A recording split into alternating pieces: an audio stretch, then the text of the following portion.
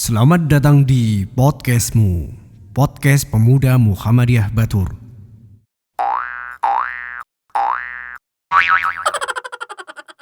Assalamualaikum warahmatullahi wabarakatuh. Kembali lagi bersama saya di acara podcastmu Pemuda Muhammadiyah Batur. Kali ini kita kedatangan tamu yang sangat spesial, yaitu Mas Robi. Nama lengkap? Nama lengkap Robi Nurdiansyah. Robi Nurdiansyah. Menjabat sebagai Ketua Bidang Kokam ya? Iya, betul. Kokam singkatan apa, Mas? Kokam itu singkatannya Komando Kesiapsiagaan Angkatan Muda Muhammadiyah. Komando Kesiapsiagaan Angkatan Muda Muhammadiyah. Angkatan Muda Muhammadiyah. Mas Robi, Iya. sudah tinggal di Batur berapa lama? Kalau tinggal di Batur berarti sudah hampir 20 tahun. 20 tahun. 20 tahun. Jadi sebelumnya tinggal di mana, Mas? Sebelumnya tinggal di Jakarta Barat, Grogol Jakarta Barat. Jakarta Barat. Itu tahun berapa?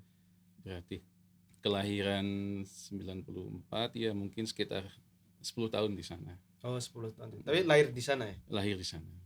Jakarta Barat. Kemudian pindah ke Batur. Tahun 2004. Tahun 2004. Iya. Kemudian berapa bersaudara?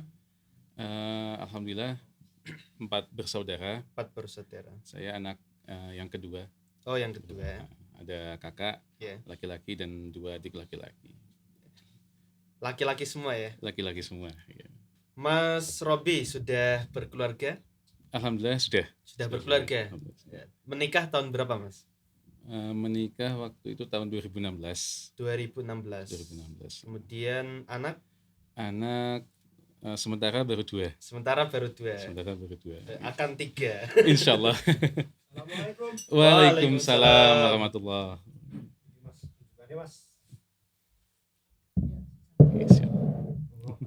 Oh iya. Assalamualaikum. Waalaikumsalam warahmatullahi. Oke, Mas Robi, berarti sudah lama ya di Batur ini? Iya, sudah. Kemudian berarti kan tadi di Jawa Barat 10 tahun ya? Di Jakarta Barat. Oh, Jakarta Jakarta Barat. Barat. Di Jakarta Barat 10 tahun. Berarti TK SD di Jawa Barat. Di Jawa Barat.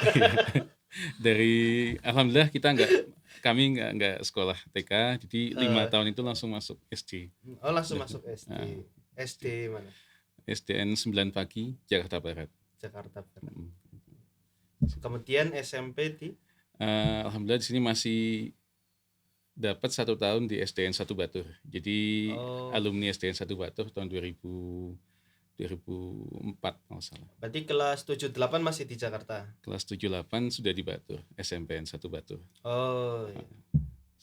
Kemudian SMA di Batur juga? Iya, SMA di Batur. Oh iya. Sekarang menjadi ketua bidang kokam ya? Iya. Di PCPM Batur. Iya. Yang menjadi pertanyaan, apakah ada pengalaman organisasi sebelumnya? Mungkin dari SMP ya? SMP, SMA sampai sekarang. Alhamdulillah dulu mengenal di dunia organisasi itu yang pertama di OSIS tentunya. OSIS SMPN 1 Batur. Di sana mulai dari kelas 7 sampai kelas 9 semester awal sudah latihan berorganisasi dengan teman-teman. Bagian apa, Mas? Dulu untuk kelas 1 masih anggota bidang. Alhamdulillah waktu kelas 2 sudah jadi ketua OSIS. Di SMA masih di bidang yang sama, masih di OSIS juga, dan merambah ke dunia pramuka. Sebenarnya pramuka di SMP sudah, tetapi lebih aktif lagi ketika di tingkatan SMA. Di sana kan kita sudah mengenal dunia pramuka lebih luas gitu jangkauannya. Dari pertama di SMP waktu itu jadi Dewan Kerja Penggalang DKP, terus di tingkatan SMA masuk ke Dewan Ambalan. Setelah itu lulus di SMA, dimintai bantuan dan juga masuk ke jajaran DKR, Dewan Kerja Ranting Pramuka. Alhamdulillah sempat juga waktu itu ikut di tingkat Warcap, Dewan Kerja Cabang selama setahun setelah lulus SMA 2011. Waktu di tingkatan sekolah Oh, waktu tingkatan sekolah. sekolah. Ya? Nah, Waktu berarti aktif pramuka ketika SMA ya. iya, lebih Itu ini. kan ada penggalang ya. Iya, betul, Penggalang, penggalang. kemudian apa? Penegak ya? Kalau nggak salah. Penegak, betul, Penggalang, penegak, kemudian apa lagi? Terakhir yang Pandega. Pandigra. Tapi itu untuk tingkatan mahasiswa atau perkuliahan. Tingkat mahasiswa. Nah, Berarti ketika SMA itu aktif di pramuka, berarti ikut Paskibra ya? iya, alhamdulillah ikut paskibra di kecamatan di Lapangan Batur. Oh, waktu itu tahun masih di Lapangan Batur. Iya, 2009. Oh, 2009. satu kali. Satu kali. Oh. Alhamdulillah. Kemudian pengalaman organisasi di luar sekolah apa? Di luar sekolah. Kalau untuk di luar sekolah, waktu itu tahun 2013 tepatnya itu Mbak Aris Darmawan, nah itu pernah melayangkan surat edaran rekrutmen PCPM Batur. Oh. Pada saat itu kami dimintai untuk mengikuti organisasi kepemudaan khususnya PCPM Batur. Dan pada situ juga Mas, bidangnya itu belum sebanyak yang sekarang. Sekarang kan ada 10 bidang. Waktu itu tuh bidangnya ada bidang dakwah, bidang kader, terus bidang seni dan olahraga, yang terakhir bidang kokam. Karena kita waktu itu memang senangnya di lapangan, jadi kita pilih yang bidang kokam. Gitu. Tahun berapa? 2013 akhir kalau nggak salah. 2013. Itu pertama kali ya? Di Kemuhamadiyahan aktif di luar organisasi sekolah, kita di Kemuhamadiyahan aktifnya waktu itu. Kemudian selain kokam apa hanya kokam? Dari dulu memang kokam. Oh, kokam. Iya.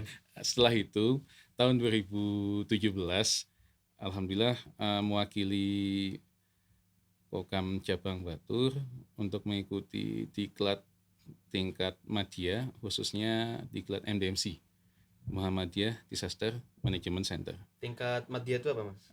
Itu tingkatan kedua setelah tingkatan dasar. Jadi kan kalau untuk diklat relawan Muhammadiyah itu kan ada 3 tingkatan, dasar, madya, dan purna.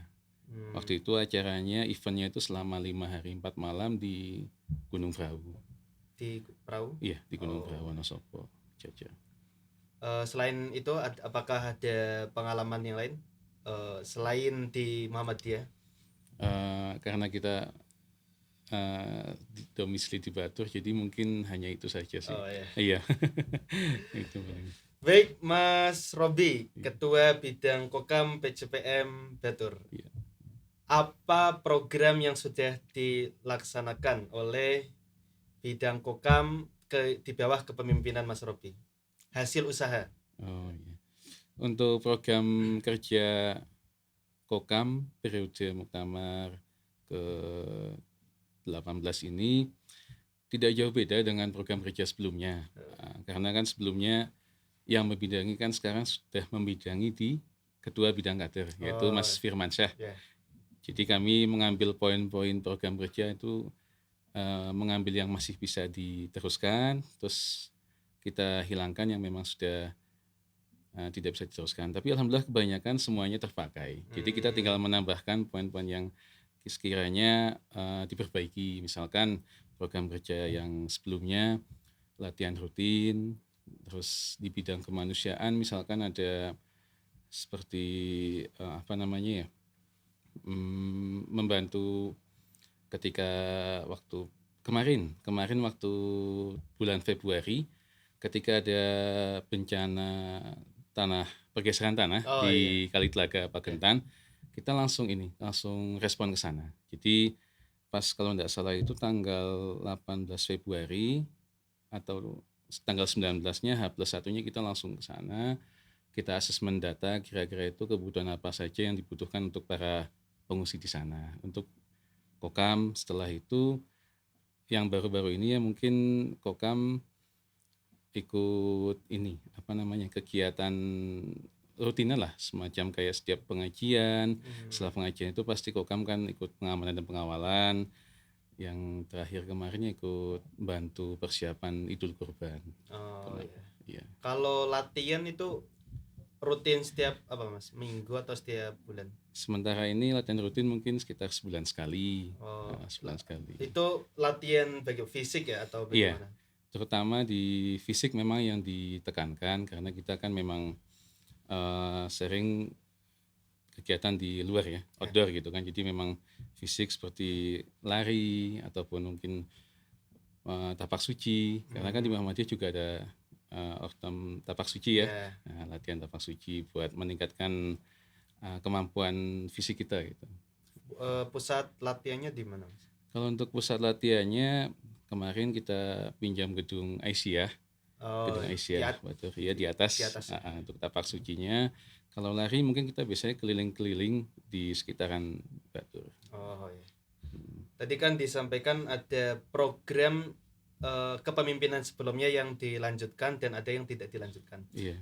Kalau boleh tahu apa saja yang dilanjutkan dan apa saja yang tidak dilanjutkan? Untuk program yang kita lanjutkan itu program jangka menengahnya ini, jangka pendek berarti yang sekitar 3 bulan sekali, tribulanan itu biasanya kita ini selalu mengadakan semacam kayak pertemuan sekiranya apa yang akan dilakukan untuk tribulan ke depan. Contohnya misalkan persiapan untuk latihan rutinnya. Latihan rutinnya ini untuk tribulan sekarang ini kita melakukan latihan fisik atau renang gitu kan. Nah, setelah itu untuk tribulan ke depan kita melakukan membuat schedule untuk persiapan, misalkan latihan rappelling seperti waktu bersih-bersih masjid kemarin. Kayaknya Mas Dia juga ikut kemarin ya. Langsung Iya. turun. Langsung turun ya. Rappelling, terus kadang kita latihan berkuda dan memanah dengan Mas Syairul itu. Yang sudah berjalan seperti itu. Itu kalau berkuda itu kuda milik PCM atau milik siapa Mas? Kalau untuk kudanya itu milik perseorangan, milik perseorangan. Pribadi, kayak kalau nggak salah milik Mas Hairul dan kawan-kawan. Kadang kita pinjam situ. Kemudian kalau program yang tidak dilanjutkan apa Mas? Sebenarnya sih hampir semuanya dilanjutkan ya Mas. Cuman perubahan sedikit kayak program jangka menengahnya tadi belum disebutkan ya. Kita untuk program jangka menengahnya ini persiapan penanaman untuk penanaman wortel. Wortel. Karena kita ada suatu angan-angan program ingin memiliki mobil layanan tapi mobil pick up, jadi seperti mobil terbuka. Untuk di samping pemanfaatannya untuk inventaris Kokam, selain itu juga untuk pemasukan Kokam lewat, insya Allah mudah-mudahan terrealisasi. Insya Allah ke depan akan ada mobil layanan sampah dari PCPM bidang Kokam. Insya Allah. Insya Allah luar biasa. Iya. Oke, Mas Robi ngopi dulu. Oh iya, terima kasih. Kayaknya sudah mulai kering ini. Podcastmu.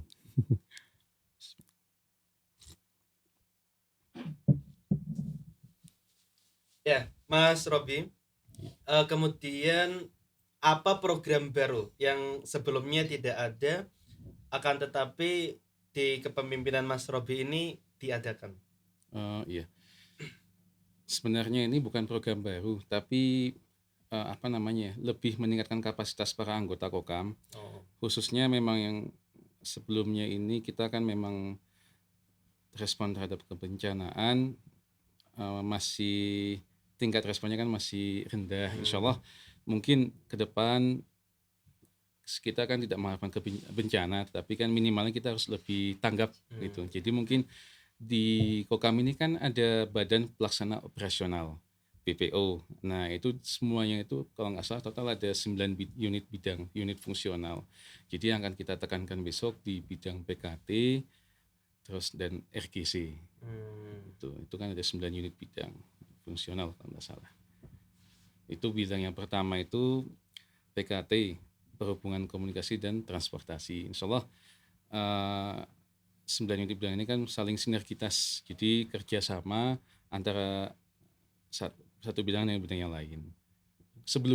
Periode sebelumnya kan bidangnya kalau nggak salah di Kokam ada 4, bidang pelatihan, bidang SAR, terus bidang unit fungsional RGC, yang satu lagi ini unit fungsional Instra. Jadi setelah ini menurut ADRT tahun 2018 semua unit fungsional diaktifkan. Jadi karena kami merujuk ke situ, kami mengikuti sesuai dengan ADRT yang sudah ada. Jadi setiap ini ada penanggung jawabnya masing-masing ya? Ada ketua bidang unit fungsional masing-masing. Jadi kalau Kokam sendiri itu anggotanya berapa orang Mas? Tapi kelihatannya kan kalau kita lihat banyak ya. Iya, alhamdulillah. Cuman ya namanya organisasi persyarikatan kadang kan naik turun ya Mas ya. Yeah.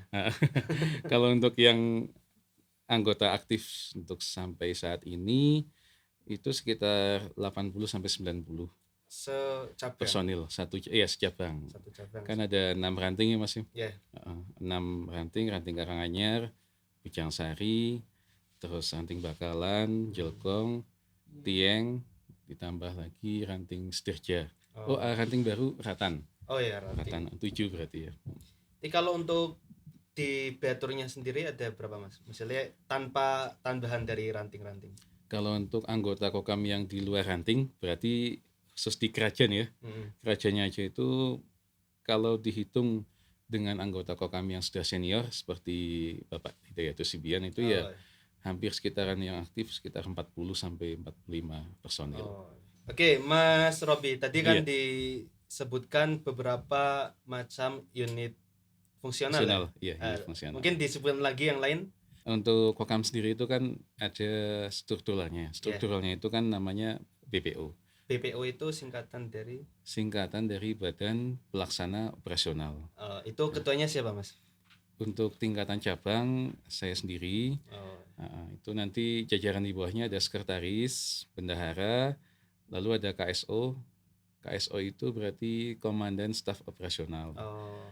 Untuk tugasnya sendiri itu mengatur seluruh kinerja Kokam, baik itu di lapangan, di luar lapangan ataupun kegiatan di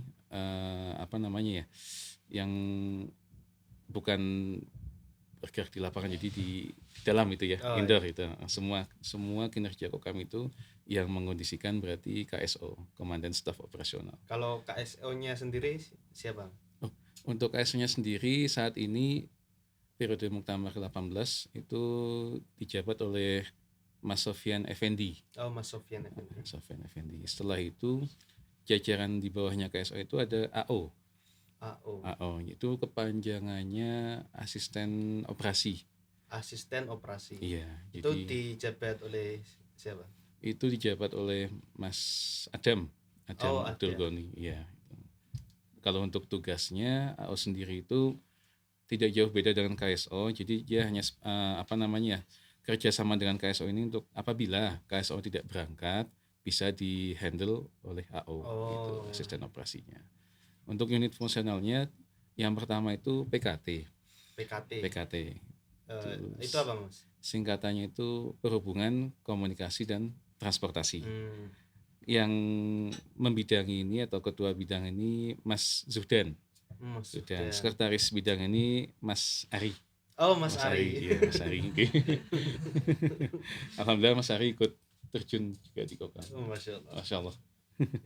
Untuk tugasnya sendiri dari PKT itu mungkin kata lainnya itu mobilisasi semua kegiatan Kokam.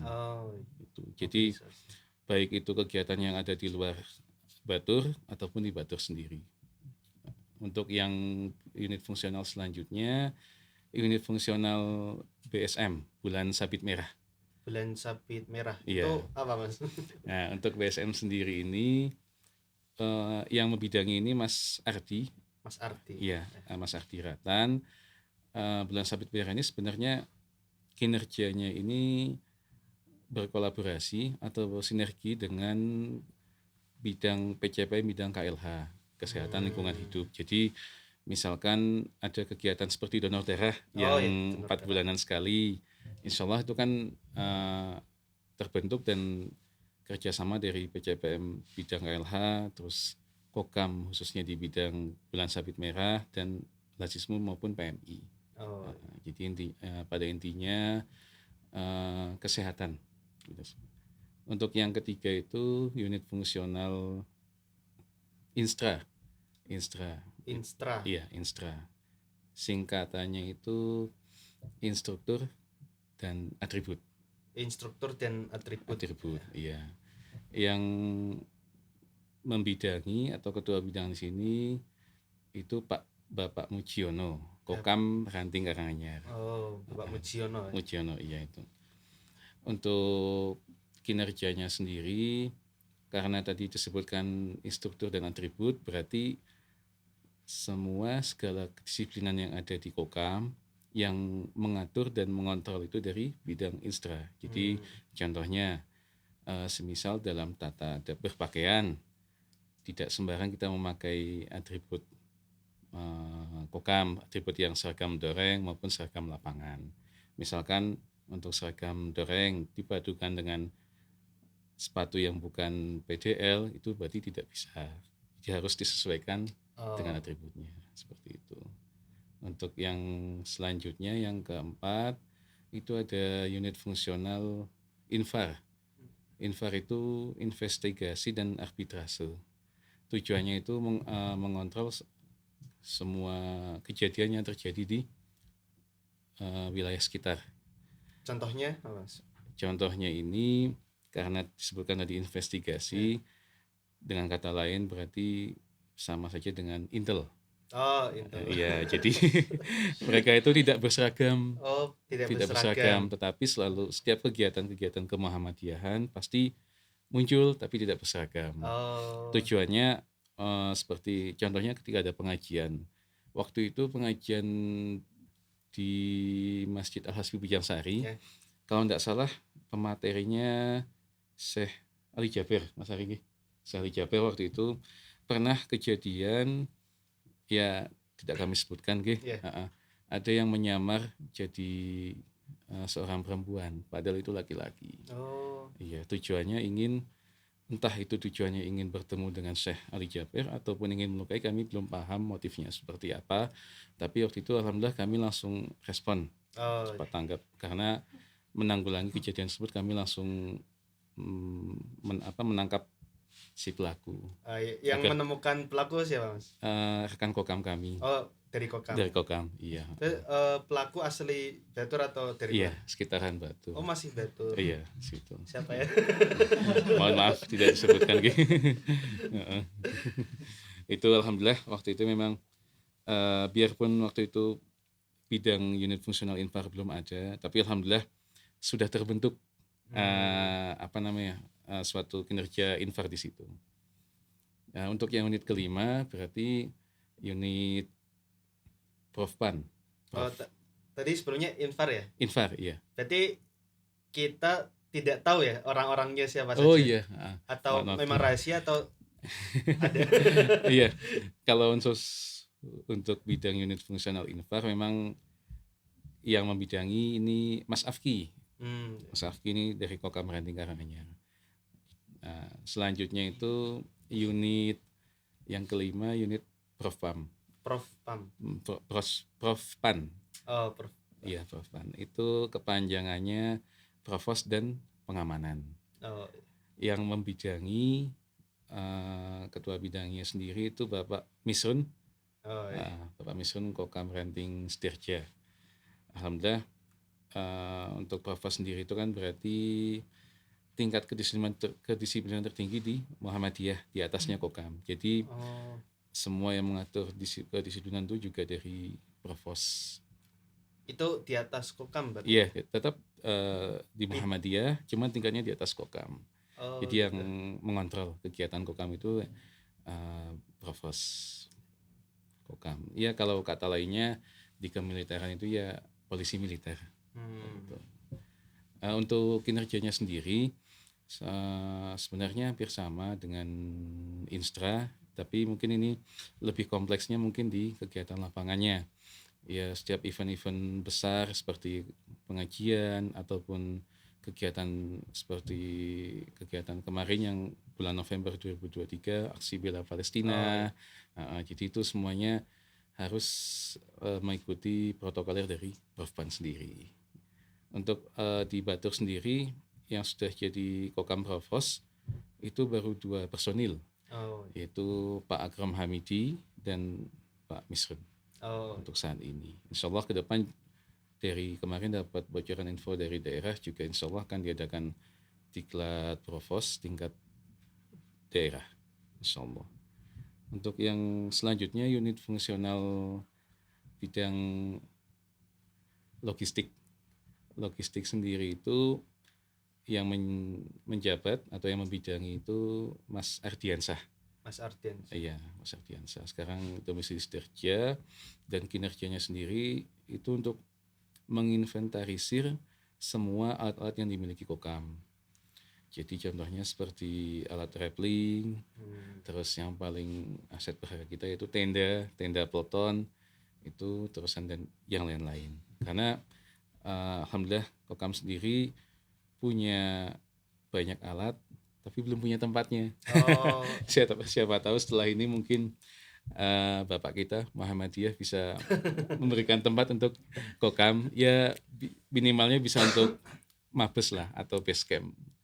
Jadi saat ini masih di rumah. Iya, masih di rumah penanggung jawab sementara ini. Mudah-mudahan setelah ini bisa terrealisasi.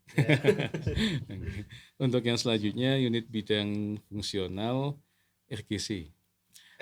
Iya, RGC itu kepanjangannya Regu Gerak Cepat. Regu Gerak Cepat itu. Untuk yang menjabat atau yang membidangi itu Mas Zainal Harifin. Kokam Ranting Bakalan.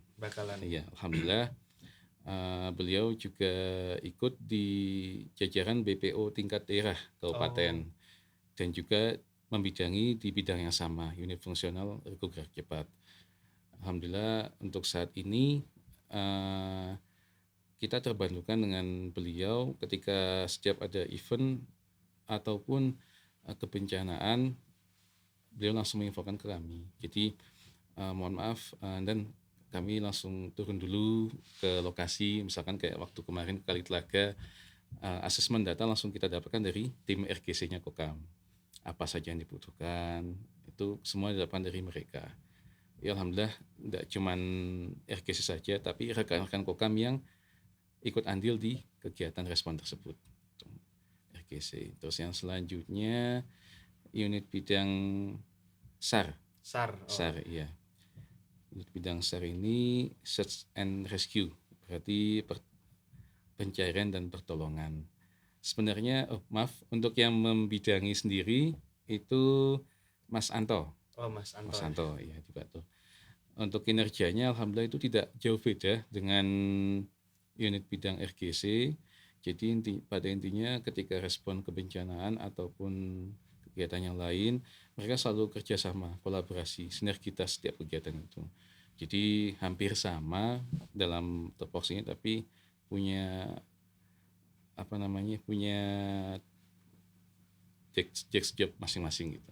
Yang terakhir itu ini bidang baru di periode Muktamar 18, Bintal, bimbingan mental. Jadi yang membidangi sendiri untuk di Kokam Cabang Batur itu Mas Khairul Umam. Sementara ini untuk bidang mental ini, bimbingan mental ini sendiri, setiap ada pertemuan atau pertemuan rutin BPO itu selalu kami awali dengan kerohanian. Jadi semacam kayak ada tausiah pendek, kemuhammadiyahan ataupun tentang Kokam ataupun yang lain. Jadi kami sedikit demi sedikit belajar untuk berlatih berbicara di depan rekan-rekan, di depan umum lah intinya.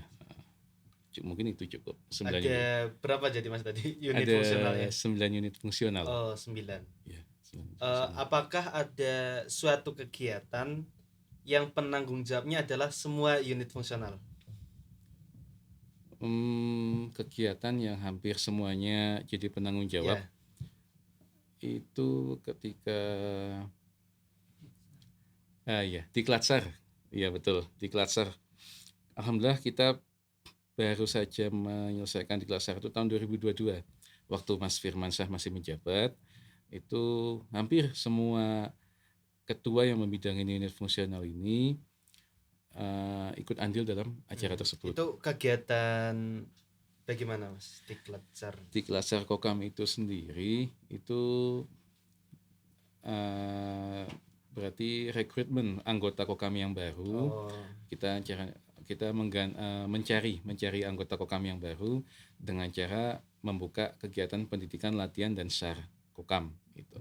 Selama 3 hari 2 malam. Waktu itu tahun 2022 bulan Desember di Ranting Karanganyar. di Karanganyar. Iya, Ranting Karanganyar waktu itu.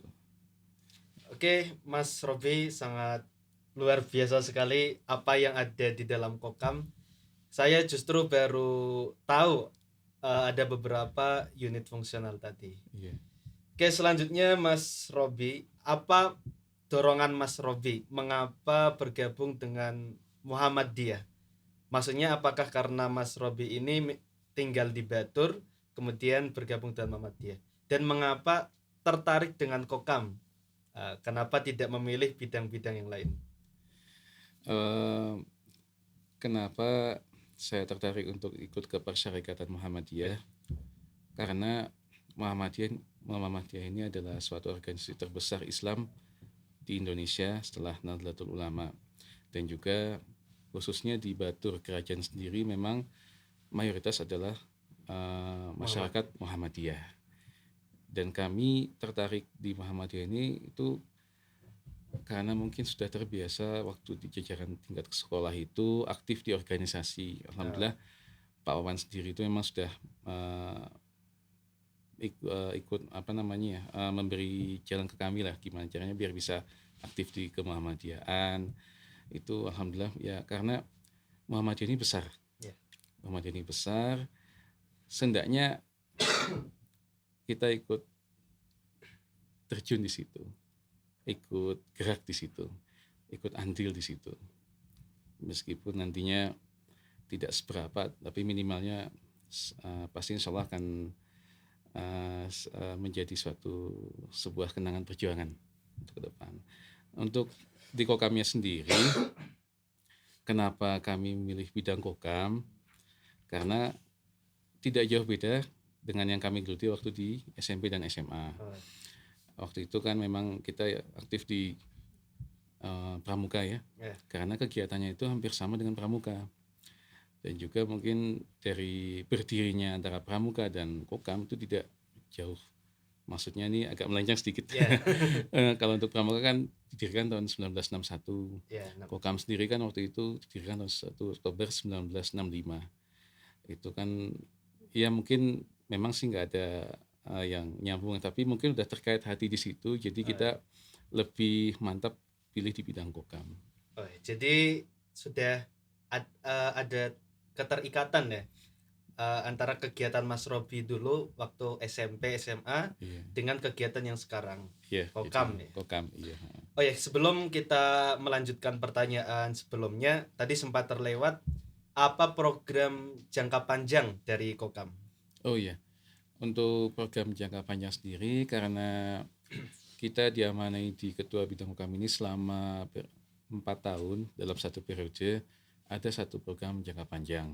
Program itu yaitu melaksanakan kegiatan Diklatsar selama 1 kali dalam satu periode. Yang kedua, melaksanakan kegiatan rekrutmen anggota selama 1 kali dalam satu periode. Jadi insya Allah di tahun 2026 atau 2027 awal kami akan mengadakan kegiatan Diklatsar. Mungkin nanti kita hanya sebagai fasilitas tempat dan yang menghandle semua kegiatan tersebut dari tingkatan BPO Kokam tingkat daerah. Gitu, insya Allah. Selain di Kokam, kesibukannya apa saja? Mungkin kegiatan di rumah atau di pekerjaan? Untuk kesibukan kami pekerjaan ini, saya sebagai pedagang berjualan pakaian. Jadi ketika dulu pindah di Batur ini, orang tua, bapak dan ibu itu berjualan pakaian. Dari Jakarta Barat memang sudah berjualan pakaian? Kalau sebelum di Batur itu, ibu bapak berjualan kelontong. Jadi pecah belah lah, toko pecah belah. Tapi kenapa bisa pindah ke berjualan pakaian waktu di Batur? Karena pada saat itu ada saudara yang oper tempat dan juga oper barang waktu tahun 2024.